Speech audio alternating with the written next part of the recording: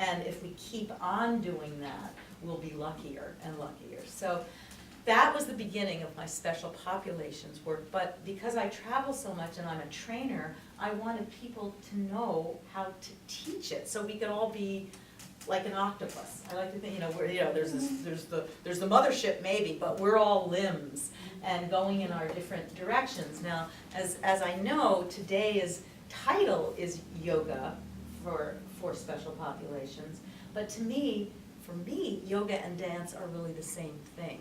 So you're going to be experiencing some things that go, oh yeah, this is so obviously yoga, and some things like, oh, this is yoga dance. But I will tell you, for those of you who are already teaching, everybody, in my experience, who gets a little more of the dance thrown in, they go nuts, they get so happy. And one of the things I'm interested in is really building up the joy quotient, because the aging process, or when people hurt themselves, it's depressing.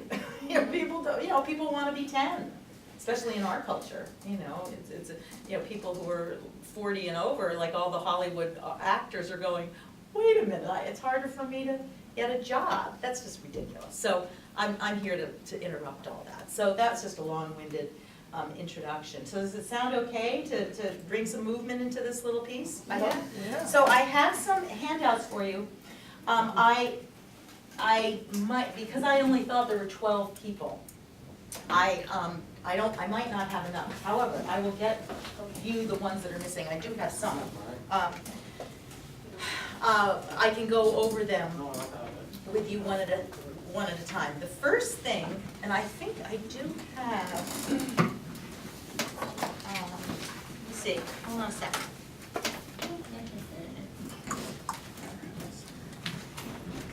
Yeah, I might have some for you. I might not have everyone, but. Okay, but no, you can take yours back. We've got a walk here. So that's definitely for you. Here, 10 reasons we got. That's one. And the yoga breathing technique's good. 2, 7 reasons of the spine. Okay, so you and maybe you two can share when it comes to the one we're just about to do, which is called the Brahma Viharas. Do you see that? Yeah. Now, I wanted to share this with you because the handouts I have given to you are from my manual, my special populations, which is actually coming up. So this is great. This is a nice little reminder for me.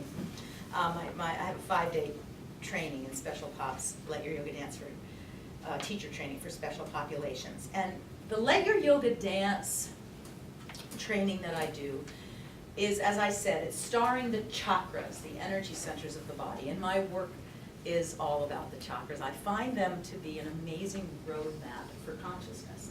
If you're on the 5th chakra, which is all about sounding and saying your truth, you might realize that the 3rd chakra is really hooked up to the 5th, right? Because the solar plexus, our power center, we have to have a certain amount of power to be able to express our truth, which then is hooked up into the yamas and niyamas.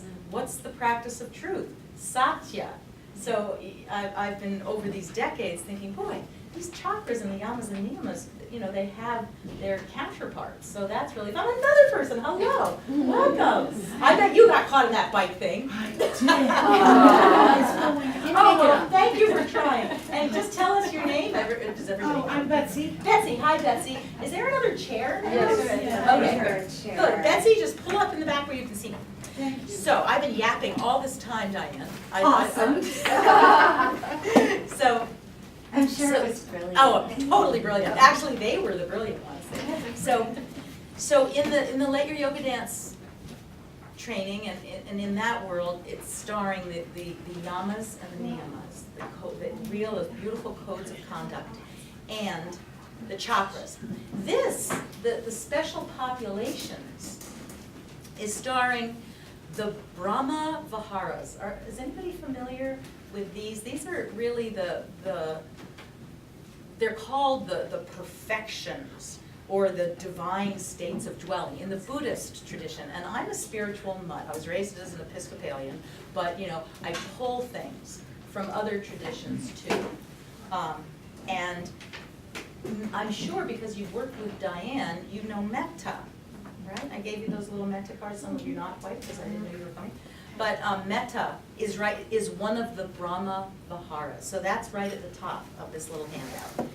May you be happy, may you be peaceful, may you have ease of well-being, et cetera, et cetera. But there's 3 other ones, and I have found with my work with special cops, I call it special cops, that these come in very handy, because I think that with special populations, we don't have a culture that honors them.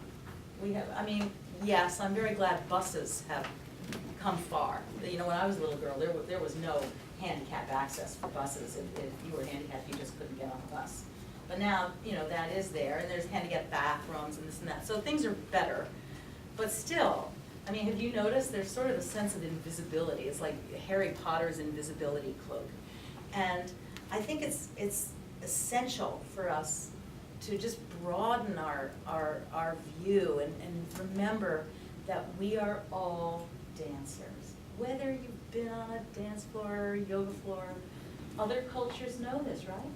There's a lot of cultures that know that we're all dancers. We've got a very unintelligent culture. So we're gonna make them smarter. So metta, loving kindness, we send out kind prayers to one another. And karuna, which is the next one, that is known as compassion. And to do the work of special populations, really, it takes a tremendous amount of compassion. It's like, wow, like when all of you were talking about your health, you know, my oldest, dearest friend died a few weeks ago of brain cancer. A lot of brain cancer is going around, you know? And so what does that do to me? It makes me really grateful I'm healthy. So as each one of you were saying, I'm so grateful for my health, it's like, me too, you know? Well, you know, the planet, for all of its problems, is still kind of nice, especially you all living on the Cape. Nobody said, by the way, that you were grateful to live on Cape Cod. What's wrong with you people? Best place in the world. So, I'm just kidding about the what's wrong with you, but if we're, if we're living in some place long enough, like I just moved down to Sarasota, Florida, and I'd walk the beach every day in the winter, and I thought, may I never get used to this. You know, may it never be. Do you teach them? I'm going to be, yeah, down in Sarasota, Florida. Yeah. So, karuna, can you all say that? I love Sanskrit. Karuna. And then metta is pretty easy to say. Now, the next one is called mudita. Mudita is sympathetic joy. And that's actually good for people who are challenged in their bodies. Because what's it like to, you know, have a broken leg, or, you know, have an autoimmune disease, or, you know, be 100 years old and looking at a 20-something going, you know, and I'm sure a lot of people might, you know, but if we really live our lives to the fullest, maybe it's just like, oh yeah, remember when I was 20, that was cool, you know, and now I'm all wise at 100, you know, so we get different gifts. So mudita, sympathetic joy, is about being as happy for other people's joy as I would be for my own. And so if you have a jealousy streak, and I have had that in my time, I was raised as an actor. Oh, best friend, I'm so happy that you got the part I wanted. May you be happy. May you be peaceful. You know, so, you know, theater kind of promotes a little bit of jealousy, just because there's always competition and somebody wins and somebody loses. And that's what I love about yoga in theory, is that everybody should win. We wouldn't be human if we weren't jealous. Right, but we can also see, is this really serving me? It never serves me, you know. So I can go, okay, I'm going to practice mudita instead. I might not be great at it yet, but I'm going to practice it. Mudita. We're going to just say it over and over. And then the last one, this is for us as teachers. This is a really important one. And my teacher, I have many Buddhist teachers. One is Sylvia Boorstein, who's got a lot of books out on meditation practice. And I'll say the name. It's called Upekkha. Can you say that? Upekkha. And that means equanimity. So and equanimity really means balance.